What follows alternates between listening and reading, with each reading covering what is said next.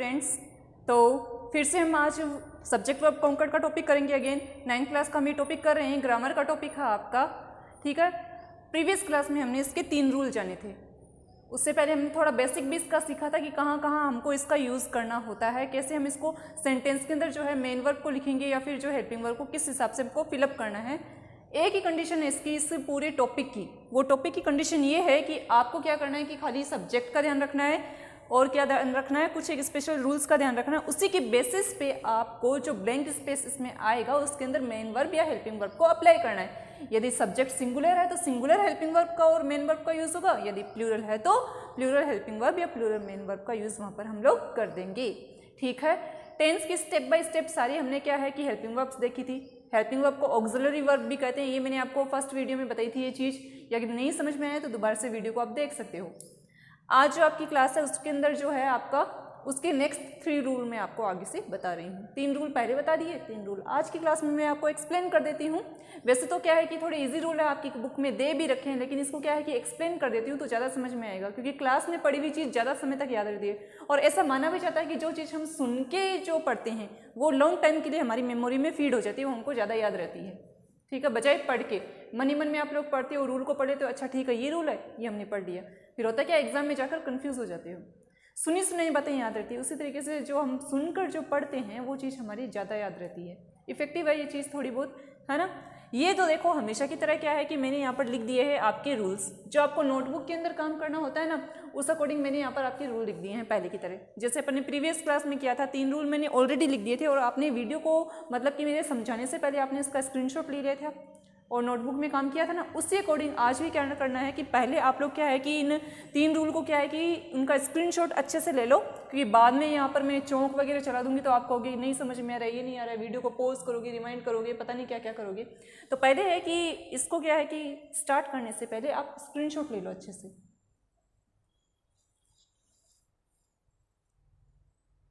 ठीक है, ले लिया होगा। अब देखो इसका जो 4th रूल है, सब्जेक्ट वर्ब कॉन्कर्ड का 4th रूल, इससे जस्ट पहले हमने 3rd रूल पढ़ा था। थोड़ा वो एक रूल था ये कि उसके अंदर 2 नाउन के बीच में एंड हो और 1 नाउन के जस्ट पहले क्या है कि आर्टिकल का यूज़ हो और सेकंड नाउन के बाद में आर्टिकल का यूज़ ना हो, तो उसमें हम सिंगुलर हेल्पिंग वर्ब या सिंगुलर मेन वर्ब को यूज़ करेंगे।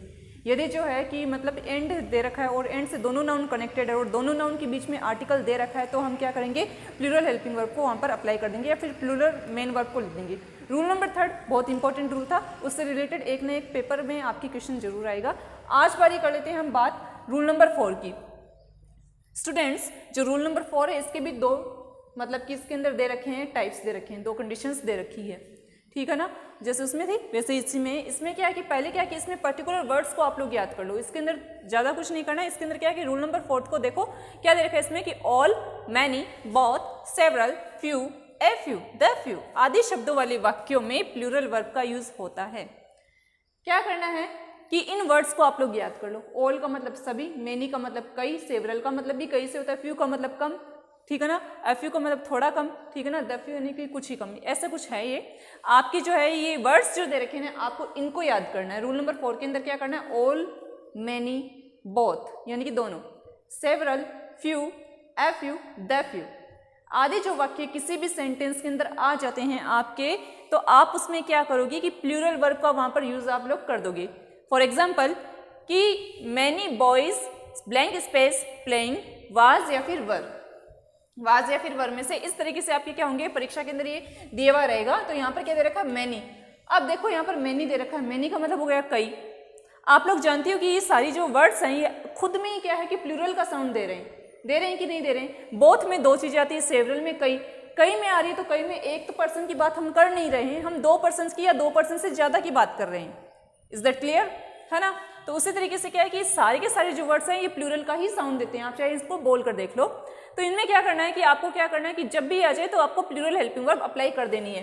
पहला एग्जाम्पल देखो, many boys blank space playing. अब देखो बॉयज भी यहाँ पर आ गए, बॉय एक बॉय की बात नहीं है, बॉयज यानी कि प्लूरल है और मैनी भी साथ में आ गया है। तो यहाँ पर क्या आ जाएगा, यहाँ पर वाज और वर में से हमको वर को फिलअप कर देना है।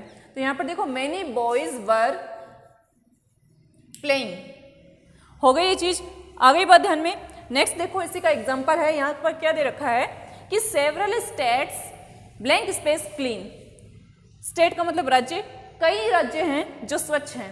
हमारे इंडिया में देख लो कि बहुत सारे जो ये राज्य दे रखे हैं उनमें क्या है कि स्वच्छता का मिशन चलता है, तो स्वच्छता की कैटेगरी के अंदर हम फाइनलाइज करते हैं कि सबसे स्वच्छ शहर कौन सा है। अभी तक तो इंदौर ही जीतता आ रहा है ना, पर इंदौर के अलावा भी कई सी सिटीज, कई से स्टेट्स ऐसे हैं जो अपने शहर का पूरा अच्छे से ध्यान रखते हैं, है ना। तो यहाँ पर क्या है कि कई शहर जो है वो स्वच्छ है और कई शहर है वो क्या है, बहुत ही गंदे रहते हैं। तो यहाँ देखो कि सेवरल स्टेट्स क्लीन, कई से जो राज्य हैं वो साफ हैं। तो यहाँ देखो कई से राज्यों की बात हो रही है, वो स्टेट्स, तो यहाँ पर क्या है कि कई में बहुत सारे आ गए, तो यहाँ पर है इज और आर में से क्या आ जाएगा, आर, क्योंकि यहाँ पर एक पर्टिकुलर स्टेट की हम बात नहीं कर रहे हैं, हम सेवरल की बात कर रहे हैं, यानी कि कई। सेवरल का प्रॉपर मीनिंग कई से होता है। वैसे वेरियस वर्ड भी होता है, एक वेरियस वर्ड को अभी आप इसके अंदर इंक्लूड कर सकते हो, आपकी नोटबुक में नहीं दे रखा है, वेरियस का मतलब भी कई से होता है। अब देखो इसके अंदर क्या है कि सेकंड देखो एग्जांपल, सेकंड एग्जांपल अपन ने कर लिया। थर्ड एग्जांपल देखो, थर्ड एग्जांपल में क्या है कि few friends blank space sincere, sincere means what, समझदार, ठीक है ना। यहाँ क्या है फ्यू, यानी कि कुछ जो मित्र होते हैं वो समझदार होते हैं, कुछ की बात हो रही है, यानी कि एक की बात नहीं हो रही है, ना कि कोई पर्टिकुलर नाम लेके कर रहा है। कुछ में क्या हो सकता है, 2 भी आ जाए, हो सकता है 3 भी आ जाए, है कि नहीं है। तो फ्यू फ्रेंड्स सिंसियर, तो यहां पर आ जाएगा इज और आर में से आर। आई होप ये चीज आपको समझ में आ रही होगी और इजी सा टॉपिक मैंने लिया है, ठीक है ना। फोर्थ देखो इसका एग्जांपल, फोर्थ एग्जांपल यहां पर क्या दे रखा है कि all the students of this class, sorry, all the students of this school blank space football play or plays, play और प्लेज, यानी कि इन दोनों में से क्या करना है, हमको अप्लाई करना है। मैंने एक चीज आपको बताई थी कि जो सिंगुलर हेल्पिंग वर्ब्स होती है और जो सिंगुलर वर्ब्स होती है मेन वर्ब्स, उनके एंड में एस या एस का साउंड हमको इंडिकेट देता है। यहाँ पर प्लेज है, प्लेज क्या है आपकी सिंगुलर हेल्पिंग मेन वर्ब हो गई ना, और वो सिंगुलर के साथ में ही जाती है। प्लूरल जो होता है उसमें ओनली वर्ब की फर्स्ट फॉर्म हमको दे दी है ना। बार बार रिपीट करी हूँ ताकि आपको क्या दिमाग में अच्छे से फीड हो जाए, बार बार हर वीडियो में ये मैं रिपीट ही करती हूँ। अब देखो बच्चों इसमें क्या है कि ऑल द स्टूडेंट्स, सभी विद्यार्थी, ऑल में सारे विद्यार्थी आ गए, ऑफ दिस स्कूल, इस विद्यालय के, प्ले फुटबॉल, यहाँ पर आ जाएगा प्ले, सभी विद्यार्थी जो है वो इस स्कूल के वो फुटबॉल खेलते हैं। अब ठीक है, ये हो गई आपकी रूल नंबर 4 का फर्स्ट पार्ट, ये हो गई फर्स्ट चीज, ठीक है ना। रूल नंबर 4 की भी आपके 2 दे रखे हैं। इसमें जो है कंडीशन जो वहां पर आ रही है वो कहाँ आ रही है, मेनी वाली चीज में आ रही है। मेनी जो है, ठीक है ना, ओनली मेनी जब आ रहा है किसी सेंटेंस में, यहाँ पर देखो मेनी आ रहा है ना, ओनली मेनी आया है, तो आप क्या करोगे, प्लूरल लगाओगे। वहीं विरोधाभास कहाँ आ रहा है कि देखो रूल नंबर 4 का जो सेकेंड जो रूल है, सेकेंड जो कंडीशन है उसको देखो, क्योंकि कंफ्यूज मत हो जाना, खाली थोड़ा सा चेंज है उसको ध्यान में दीजिएगा कि रूल नंबर 4 का जो सेकेंड है कंडीशन वो ये है कि बट या लेकिन मेनी ए के बाद हमेशा सिंगुलर वर्ब आएगा। Many A, not only many, हम यहाँ पर बात करें मेनी ए की, ध्यान देना, मेनी ए के जस्ट बाद में आपको सिंगुलर हेल्पिंग वर्ब या सिंगुलर मेन वर्ब को अप्लाई करना है सेंटेंस के अंदर। For example, many a student singing songs, ठीक है ना, मेनी ए स्टूडेंट्स, कई विद्यार्थियों में से कोई एक। अब मेनी ए का मतलब क्या आ गया, कई में से कोई एक, और मेनी अगर अकेला साउंड देता तो उसमें मेनी में कई से आ जाते हैं, लेकिन मेनी ए होता है ना तो वहां पर क्या होता है, कईयों में से कोई एक। समझ आई ये चीज, मेनी ए मीन्स व्हाट, कईयों में से कोई एक को सिलेक्ट किया गया, और ओनली मेनी जब सेंटेंस में आ जाता है यानी कि कई, यानी कि एक से कई व्यक्ति हो सकते हैं। अब यहाँ पर देखो एग्जाम्पल क्या दे रखा है, many a student singing songs, is और आर में से आ जाएगा इज, क्योंकि यहाँ पर हमारा रूल ही ये कह रहा है कि मेनी ए जब आ जाए वाक्य के अंदर तो हम क्या करेंगे, हम सिंगुलर हेल्पिंग वर्ब या सिंगुलर मेन वर्ब को सेंटेंस में अप्लाई कर देंगे, ठीक है। Now come to the next example, many a pen blank space good is are, इन दोनों में से हमको सुटेबल जो हेल्पिंग वर्ब है वो इस ब्लैंक स्पेस में फिलअप करनी है। तो many a pen is good, कई पेनों में से कोई एक पेन है वो अच्छा है। कई कंपनी के हम पेन यूज में लेते हैं, पार्कर का लेते हैं, रोनाल्ड का लेते हैं, है ना। तो जहां पर भी सेलो का लेते हैं, जो भी पेन की कंपनी आपको पसंद हो उनमें से क्या है कि कोई एक पेन क्या है कि उनमें गुड है, अच्छा है, तो many a pen is good, ठीक है ना। यहाँ पर आ गई इज, मैनी ए की बात हुई है, कई पेनों में से कोई एक। थर्ड एग्जाम्पल देखो, इसका थर्ड एग्जाम्पल क्या है कि many a students punished, many student punished. अगर मैं ऐसा बोलती हूँ मैनी स्टूडेंट पनिश्ड, कई विद्यार्थियों को सजा मिली, तो मैनी स्टूडेंट्स आर पनिश्ड, ठीक है, तो वो साउंड बेटर देगा। लेकिन मैनी ए कईयों में से कुछ एक या कईयों में से कोई एक, तो यहाँ पर आ जाएगा many a students is punished या वाज पनिश्ड, ठीक है ना। तो यहाँ देखो कि many a students punished, was या वर में से हमको फिलअप करना है, तो यहाँ पर आ जाएगी वाज।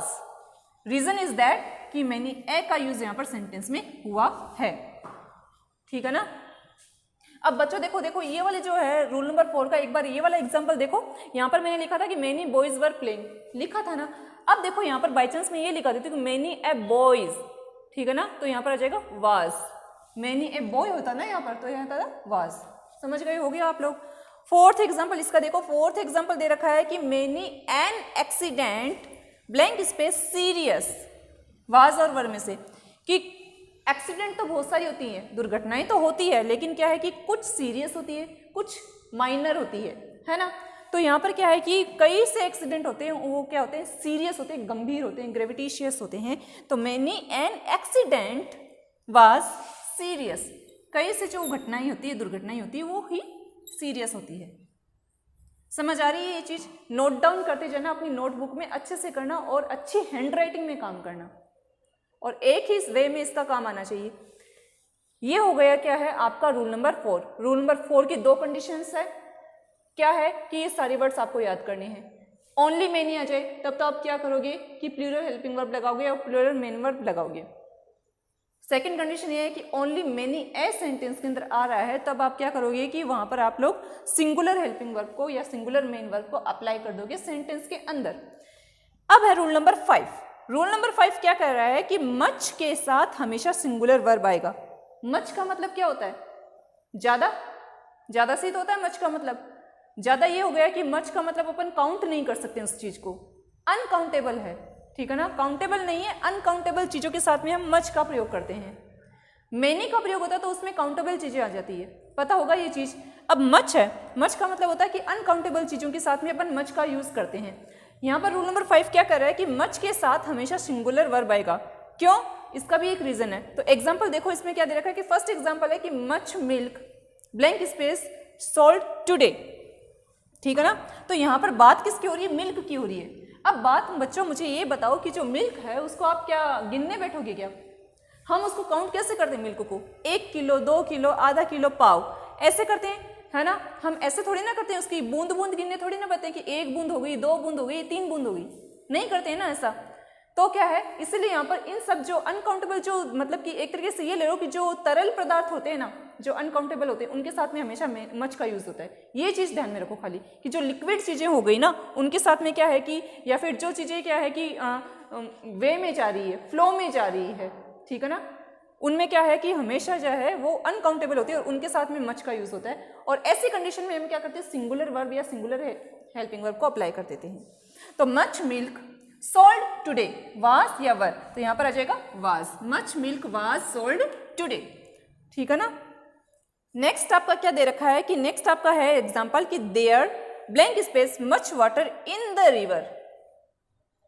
रिवर है, रिवर का पानी आप क्या काउंट करोगे क्या? बूंद बूंद भी काउंट नहीं कर सकते हो, इवन दो आप तो उसको 1 किलो 2 किलो भी काउंट नहीं कर सकते हो, नहीं कर सकते हो ना। तो यहाँ पर क्या है कि रिवर का पानी है अनकाउंटेबल, है ना।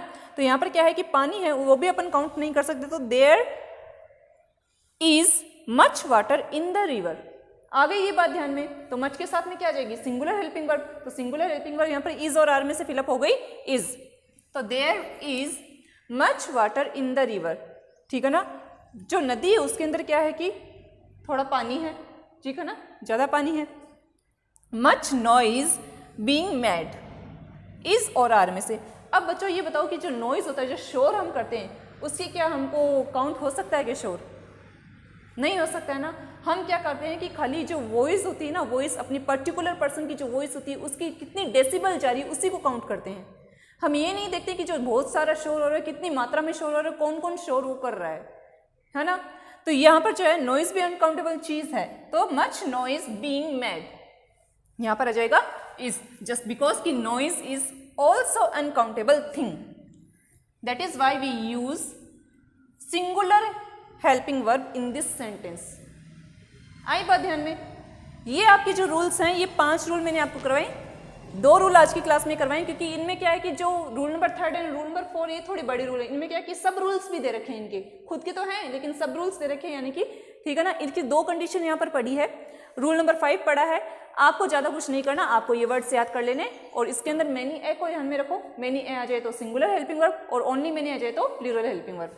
उसी तरीके से मच के साथ में आप क्या करोगे, सिंगुलर हेल्पिंग वर्ब को यूज में उस सेंटेंस में लोगे। इसको अच्छे से आप लोग अपनी कॉपी के अंदर नोट डाउन कर लेना। अगली क्लास में हम इसी टॉपिक में चर्चा करेंगे और इसी टॉपिक्स के कुछ एक रूल हम डिस्कस करेंगे। उनको आप अपनी रफ नोटबुक में या फिर नोटबुक में आप लोग नोट डाउन कर लेना, अच्छे से इनको याद करना। इजी रूल्स हैं। मिलते हैं नेक्स्ट क्लास में। Till then thank you.